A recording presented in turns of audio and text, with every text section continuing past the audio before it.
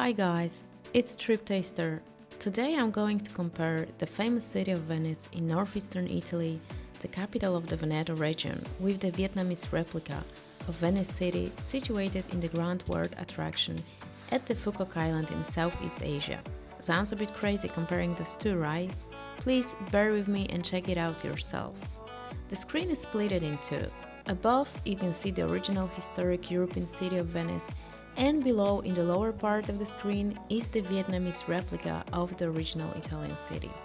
I visited the original Venice and the Vietnamese Venice in 2024 and 2025 respectively, so this video is pretty up to date. The whole video shows you the Vaporetto water bus itinerary alongside the Grand Canal in Venice, starting at the very beginning at the Piazzale Roma Square till the Salute stop, and the gondola ride I took in Grand World town in Vietnam. Hope you'll stay with me till the end and share your thoughts about both places. Let's start with the famous Italian city. At the beginning of the video, you could see the Piazzale Roma Square. I just got off the bus that I took at the Treviso airport. Piazzale Roma Square is the only place in Venice accessible to cars and buses. It acts as the main bus station for Venice.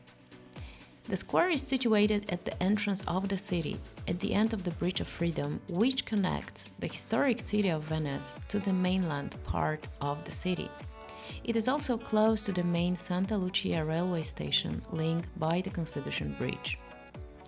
Now, as you can see, I'm waiting at the water bus stop for the Vaporetto line number 1 that goes along the Grand Canal. First, before entering the bus stop, I bought a ticket and validated it. The procedure is as follows. First people who are getting off the bus and then the ones that are waiting to board the water bus. Now we're off heading toward our first stop, the Santa Lucia Railway. In front of us, we can see one of the 4 bridges that span across the Grand Canal. The Constitution Bridge is a modern footbridge over the western end of the Grand Canal. It was installed in 1928, so it's pretty new. It links the Piazzale Roma Square with the Santa Lucia railway station. Tourists and locals in Venice refer to it as the Calatrava Bridge, after its designer Santiago Calatrava. The bridge received a lot of criticism due to the lack of wheelchair access and its modernist minimalist style being incompatible with Venice's decorative medieval architecture. Also, the placement of the new bridge proved controversial, only 330 meters of Ponte degli Scalzi. On the left, we are passing the central railway station called Venezia Santa Lucia or Ferrovia Water Bus Stop. The station is one of Venice's 2 most important railway stations. The other one is Venezia Mestre, in the mainland district of Mestre. Those 2 stations are connected to each other by the Constitution Bridge. Santa Lucia is located in the Cannaregio district. It's the north part of the island. The Santa Lucia station is used by about 82,000 passengers per day, a total of 30 million passengers per year. We are passing now under the Bridge of the Barefoot Monks, that's how you translate into English the Ponte degli Scalzi, from the Venetian dialect. It's the second of the 4 bridges over the Grand Canal. The bridge connects the district of Santa Croce and Cannaregio. It was designed by Eugenio Miozzi and completed in 1934, replacing an Austrian iron bridge. It is a stone arch bridge. It links the Santa Lucia railway station with the city center. Now, let's talk a little bit what's going on in the lower part of the screen. It's the Vietnamese imitation of Venice. At the beginning of the video, you could see I was walking along the Vietnamese version of the Grand Canal until I reached the ticket booth stand, where I bought a single ticket to ride a gondola for about 15 to 20 minutes for 225,000 Vietnamese dong, which translates into approximately €8. So once I bought a ticket, I headed toward the small pier where a gondola was waiting for me. I boarded the gondola with the assistance of the staff. I must admit I was pretty lucky to ride it alone without other people.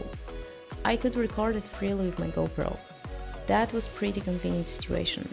But take into account it may happen that when you buy a single ticket for a gondola ride in the groundwork town, you'll ride it together with some strangers. In the lower screen, we're passing now under kind of a replica of the Italian Ponte degli Scalzi bridge or something similar in shape. Some water bus stops in Venice are used in both directions. So, very often one vaporetto needs to wait until the other bus leaves the stop. You have to be also very careful to take the bus in the right direction. We're now approaching, in the upper screen, a beautiful church of St. Eustachius and the water bus stop with the same name. It's located in central Venice in the district of Santa Croce. It was founded at the beginning of the 11th century and reconstructed in the 17th century. In the meantime, in groundworks Venice, all the buildings are super bright and colorful, just like the houses on the island of Burano in the Venetian lagoon. Burano is 7 kilometers away from Venice. It's around 45-minute trip from St. Mark's Square by Vaporetto bus line 14. This line operates every 30 minutes, but only to 12:30 am. Alternatively, you can take a Vaporetto line 12, which passes by islands such as Murano and Torcello, before arriving at Burano. I did visit both Burano and Murano islands, and I do recommend you to visit it unless you're very short of time. Then it's wiser to stay only in the Venice city. We've just seen in the lower part of the screen a Vietnamese gondolier. He resembles the original Venice's gondolier with his very characteristic attire, meaning the traditional striped shirt, wide-brimmed straw hat, and black trousers. But the main visible difference I instantly notice is that the Vietnamese don't navigate their gondolas manually with one single oar. The Vietnamese gondolas have got engine and are controlled via a navigation panel. We'll be passing by a lot of the Italian gondoliers in the upper screen, so take a closer look how they all skillfully maneuver their gondolas with only one single oar. Becoming a Venetian gondolier requires passing rigorous exams on Venetian history, geography, and navigation along with years of training. Gondoliers are part of a licensed guild, and there are strict limits on how many can operate. So, in contrast to the Vietnamese, the Venetian gondoliers row with a single oar on the right side, but stand on the left side of the gondola. This asymmetrical rowing causes the gondola to naturally veer left, which the gondolier corrects with skilled steering. Gondoliers generally keep to the right, similar to the car traffic. In front of us is the famous Rialto Bridge, known for its beauty, architecture, and history. It's the oldest of the four bridges spanning the Grand Canal in Venice. It's connecting the districts of San Marco and San Polo. It's been rebuilt several times since its first construction in 1173 and is now a significant tourist attraction in the city. But believe me, those famous internet pictures where you can see an empty bridge ready to take a selfie with no crowd behind is just impossible to do. I've been in Venice and I've got no pictures from that bridge. It's just overcrowded. You can barely walk there, not to mention to take a place by the bridge railing to take a nice picture with the Grand Canal in the background. The present Rialto Bridge was built in stone between 1588 and 1591 by Antonio da Ponte to substitute a wooden bridge which had collapsed in two occasions. The Rialto Bridge was the only connection between the two banks of the Grand Canal until 1854. If you pass over the bridge from Piazza San Marco, you will come across the Rialto Market, a colorful market packed with delicious-looking fruit and vegetable. It also includes a fish market. The Rialto Mercato stop in Venice is a popular spot among the tourists. They often take a break there and eat by the canal, as you could see in that video. Not sure if you've noticed, but below in the Vietnamese Venice, we've just passed next to the most iconic landmarks in Venice, meaning the San Marco Square imitation with the characteristic St. Mark's bell tower of the Basilica, which in the original stands nearly 100 meters tall. The original St. Mark's bell tower was built in the 12th century and rebuilt after it collapsed in 1902. First, it was built as a watchtower and lighthouse. Later, it served as a bell tower for the Basilica. The original tower offers panoramic views of Venice and the lagoon. But I don't think it's possible for tourists to enter that imitation bell tower in the Grand World Town. As you can see in this video, in the Vietnamese Venice, we've sailed along 400 meters equivalent of the Grand Canal. Then we entered a kind of a bigger reservoir, turned around, and now we're returning the same way to the small pier where we first departed from. It took about 15 to 20 minutes to take that ride. To sum up, the Vietnamese Venice, it's a kind of a hodgepodge of different European places, styles and spots. Just a mixture of everything. I've even seen characteristic red London telephone boxes scattered around the Grand World Town, but they're not visible here in this video. The Grand World is often called the Sleepless City since it's open 24/7.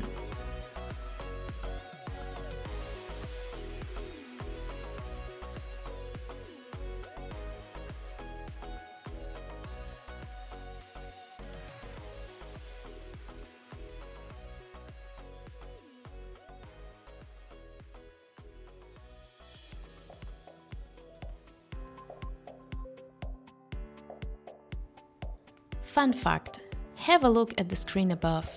There are streetlights along the Grand Canal. Those canals are actually the streets in Venice. The traffic on these canal streets includes Vaporetto, which is a public water bus, water taxis, gondolas, mostly for tourists, delivery boats and ambulances on water. It's a little bit abstract to see a Santa Claus when it's over 30 degrees outside, but that video was recorded in January 2025, so there's still some signs of Christmas on the island. Christmas is not a public holiday in Vietnam, and it's mostly celebrated in the tourist-friendly areas with decorations like the one you're watching now: Santa Claus, Christmas trees and festive music. The Vietnamese video has just finished. The gondola ride took only about 20 minutes, whereas the Vaporetto ride in the upper screen took about 1 hour. Hence, I decided to end the split screen and continue only with the original Venetian ride along the Grand Canal. It will be definitely more comfortable for you to watch it. Please stay with me for more. We're heading now toward the Accademia bridge. It connects the San Marco district with Dorsoduro. It's near the renowned Art Gallery Museum, which gives the bridge its name. The original bridge was built in 1854 during Austrian rule and it was made of iron. The current version was constructed in 1933 as a temporary wooden bridge, but it became permanent due to its popularity and visual harmony with Venice's historic setting. Unlike the other stone bridges across the Grand Canal, the Accademia bridge is made of wood and steel, giving it a distinctive appearance. It offers one of the most iconic views of Venice, especially of the Grand Canal looking toward the Basilica di Santa Maria della Salute. From the top of the bridge, you can enjoy views of the Grand Canal in both directions. You can see the Accademia Vaporetto station on the Dorsoduro side of the bridge with the Accademia Art Gallery just behind. It's a favorite spot for photographers and couples. In the past, love locks were commonly attached to the railings, though this is now discouraged to protect the structure of the bridge. Look at the horizon. You can instantly spot the massive central dome of the Basilica di Santa Maria della Salute. It cannot be confused with any other church. We are heading toward our last stop. It's named after the nearby Basilica di Santa Maria della Salute, one of the city's most iconic landmarks. The Basilica, often simply called La Salute, is one of Venice's most iconic and majestic churches. It stands at the entrance to the Grand Canal, directly across from Piazza San Marco. It's a stunning example of Baroque architecture. It was built between 1631 and 1687. The story behind the construction of this church is really interesting. It was built as a votive offering to the Virgin Mary after a devastating outbreak of the plague in 1630. The plague killed nearly a third of Venice's population. In desperation, the Venetian Senate votes to build a grand church dedicated to Our Lady of Health, Salute, if the city was delivered from the plague. The basilica is located in the Dorsoduro district. The Salute stop is pretty convenient for visitors who wish to explore this historic church and its surroundings. And that was my final stop of this video. I disembarked from the water bus and shortly after headed toward my hotel, which was situated in the Dorsaduro district in the near proximity of the Basilica. Admire with me for a moment a beautiful sunset over the Grand Canal in Venice. That was really a stunning experience.